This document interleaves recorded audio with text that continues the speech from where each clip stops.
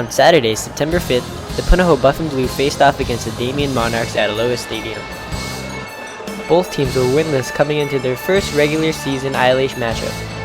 Punahou had a tough time getting their offense started in the preseason, something they were hoping to remedy. Things got off to a great start with senior Stabren Cares breaking off a long run up the middle on the second play from scrimmage.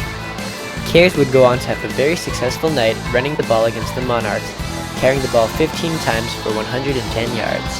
However, later in the drive, Punahou stuttered when they fumbled the ball after new quarterback Kaina Eldridge's first completion of the game.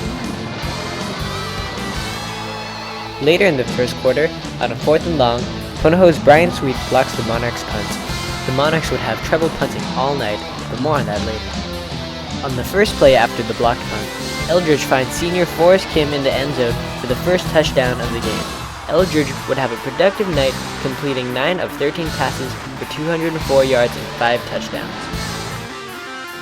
On the first play of the second quarter, the Monarchs were again punting on the 4th down when a whole mess of Punahou blockers knocked down the punt. The turnover would lead to Punahou's second touchdown, and Cares manages to find the end zone after a screen pass from Eldridge.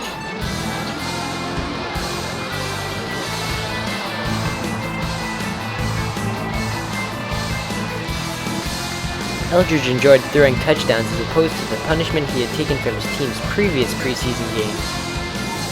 Later in the quarter, after another Eldridge passing touchdown, Punahou would again block a Monarch punt, this time in the end zone for a safety.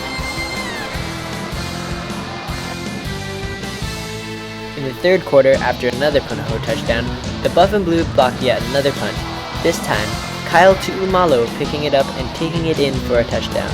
Punahou had a great night, blocking 4 punts, 1 for a safety and 1 for a touchdown. Brian Sweet was in on 3 of those blocks.